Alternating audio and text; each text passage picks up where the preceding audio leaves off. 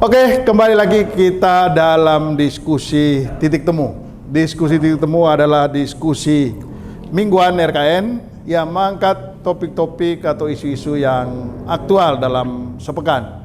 Nah, kali ini diskusi titik temu mengangkat kasus yang tidak hanya sepekan ini menjadi ramai, tetapi ini sudah beberapa, ya sudah sebulan lebih rame soal isu nepotisme, isu soal apalagi dinasti dan lain sebagainya. Nah, kali ini kita mengangkat topik secara khusus bahaya nepotisme Jokowi. Nah, ini topik ini sengaja kita angkat karena melihat perkembangan belakangan ini memang nepotisme yang ditunjukkan oleh Presiden Jokowi ini sudah dianggap mengancam demokrasi Indonesia. Karena itu secara khusus malam hari ini kita bahas, dan bersama saya di studio telah hadir para aktivis demokrasi yang berdarah-darah pada tahun 98. Mereka merasakan betul bagaimana pahitnya perjuangan untuk mencapai reformasi itu, dan karena itu apa yang terjadi saat ini dianggap sebagai ancaman yang sangat serius yang harus didiskusikan dan publik harus aware dengan isu ini. Nah, telah hadir ada Bung Ray Rangkuti. Bung Ray, apa kabar? Baik sejauh ini, Bu Sebastian. Baik ya.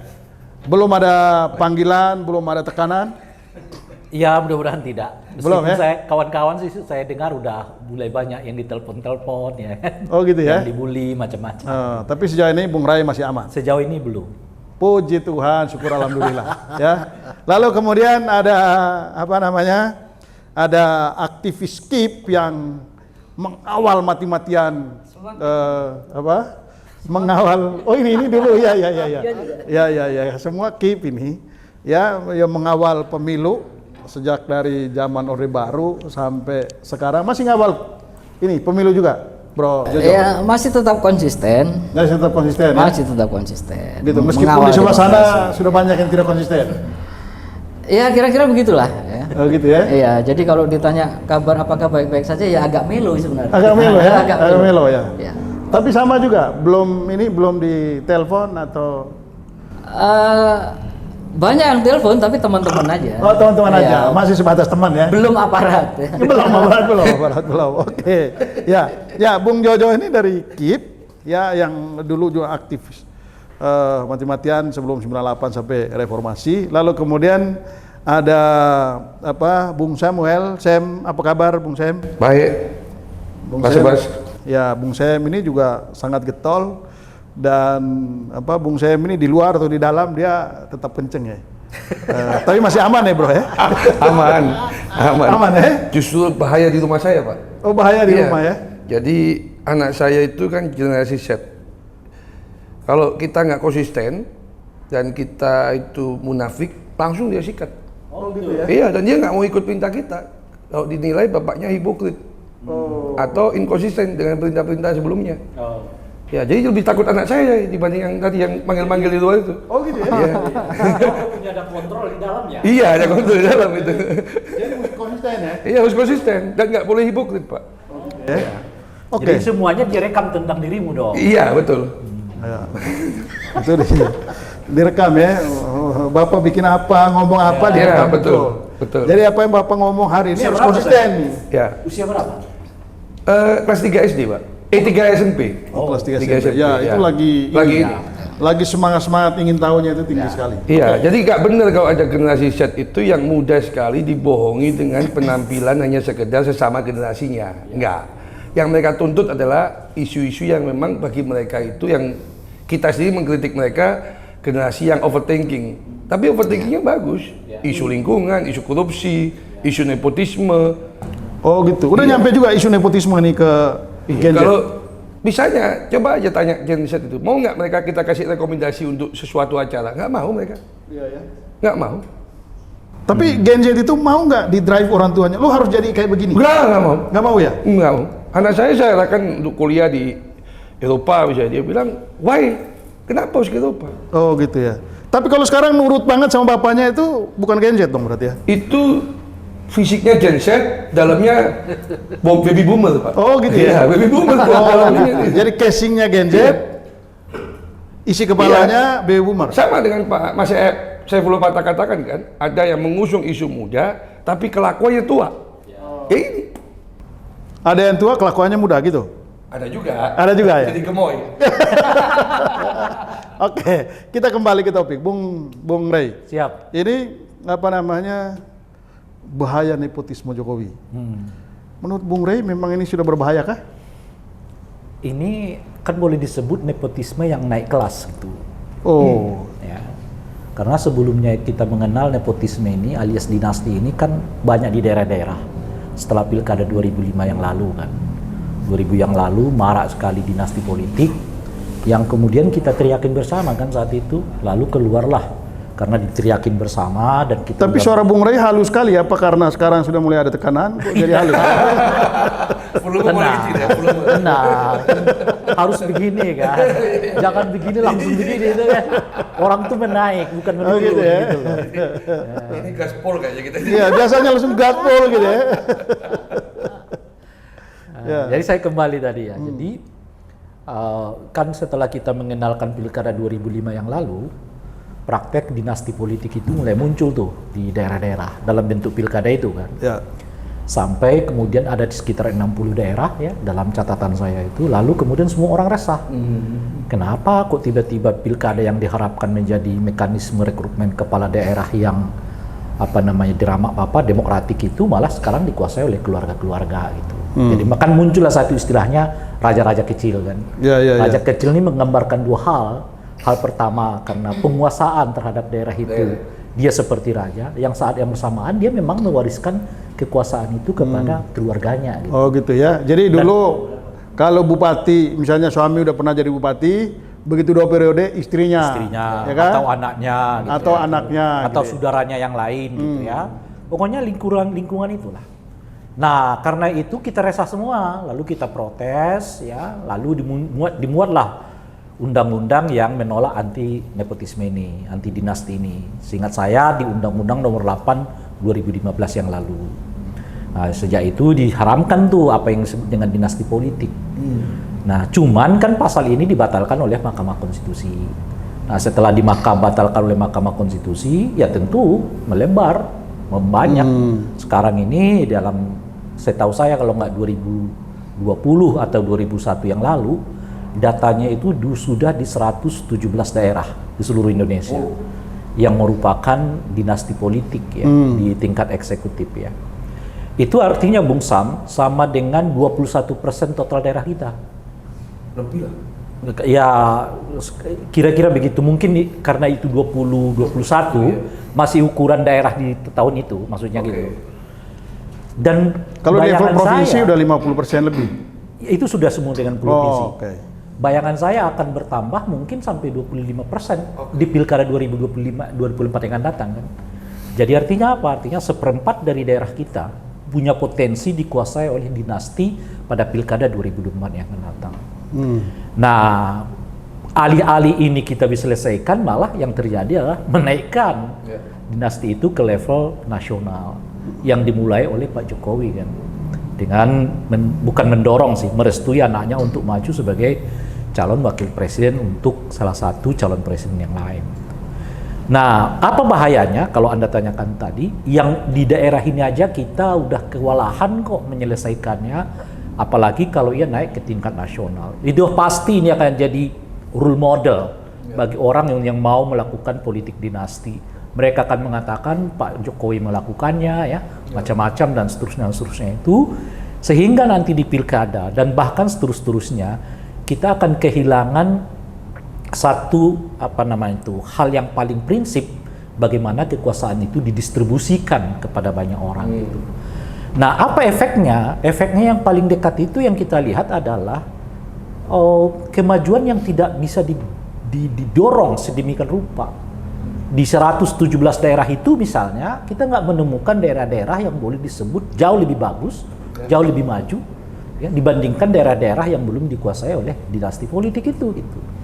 Nah, meskipun mungkin ada 1-2 daerah yang boleh disebut maju kok kalau ada dinastinya. Tapi kan 1, 2, 3 atau bahkan mungkin 10 kan nggak lebih dari 10%. Artinya 90% praktek dinasti politik itu ya sangat membuat bangsa kita ini lambat proses pertumbuhan dan kemajuannya. Itu yang pertama. Nah yang kedua Bung Sebastian, yang kita ini semua ya tentu ratusan juta mungkin orang yang kayak kita yang nggak memiliki dua. Pertama, Anda nggak memiliki darah biru politik, kan kita nggak punya cantolan di atas siapapun. Nah yang kedua adalah Anda nggak memiliki modal cukup untuk masuk ke dunia politik itu. Jangan berharap politik ini nanti atau jangan berharap Anda akan menjadi bagian dari elit politik di masa yang akan datang itu. Pak, yang bahasa Pak Rey ini kan mengingatkan kita Pak Jojo dengan ketika kita dulu di 98 jadi anti pada rezim Soeharto. Ya. Karena kita dulu disuruh antri panjang di KMPI itu kan, yang selalu dijaga oleh anak wali kota, anak gubernur, gitu kan. Kurang lebih akan begitu nanti. Kita jadi key leader, ya kan? Kurang lebih akan begitu. Membuat kita jadi akhirnya tulus kita untuk melawan itu. Gitu. Nah, kurang lebih situasinya akan kita alami menurut saya ke depan. Nah, cuman beratnya dengan di zaman Orde Baru itu, ya kan Orde Baru itu tidak melalui mekanisme demokrasi kan. Ya, betul. Nah, sekarang ini mereka pakai mekanisme demokrasi ini. Justru gitu instrumen demokrasi ini dipakai untuk melanggengkan itu. Kan itu tadi misalnya dengan begitu Mahkamah Konstitusi membolehkan ya syarat itu, yaitu pernah dan sedang menjabat jabatan kepala daerah itu kan, dan atau jabatan di elected official itu. Padahal dibuat dengan cacat moral kan, karena dibuktikan oleh MK terjadi sesuatu yang memungkinkan pelanggaran etik berat malah kan. Tapi kenyataannya mereka menganggap ya selama pasalnya nggak dibatalkan kita jalan aja. Dan biasa-biasa aja. Dan biasa-biasa saja gitu.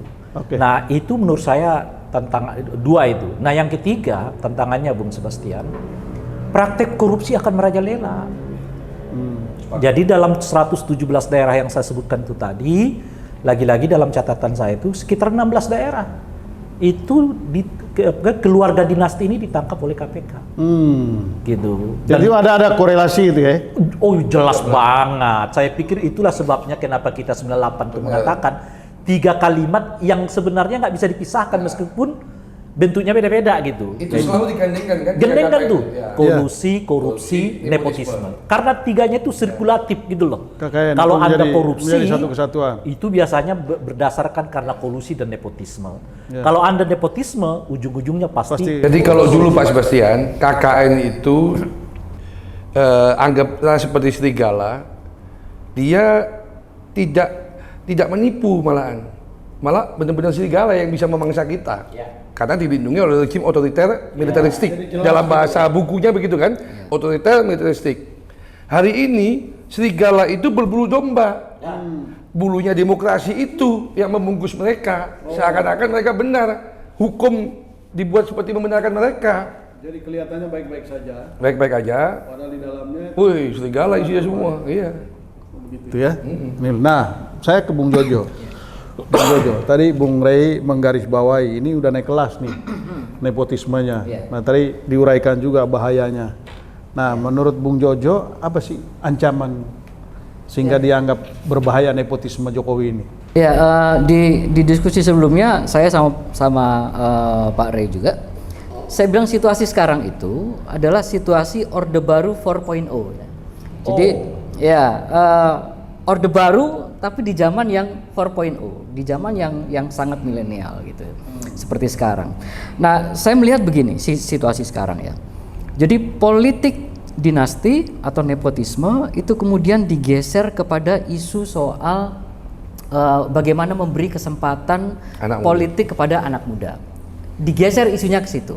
Seolah-olah mulia tujuannya. Seolah-olah mulia, tetapi kemudian fenomena nepotisme itu sendiri tidak dibahas, dihindari, kemudian digantikan oleh isu soal kesempatan politik bagi generasi muda. Kemudian ada juga isu soal etika, soal fatsun politik. Kemudian itu digeser isunya menjadi hanya sekedar soal legal formal, hukum. Bahwa apakah majunya misalnya Gibran itu memenuhi unsur legal tidak?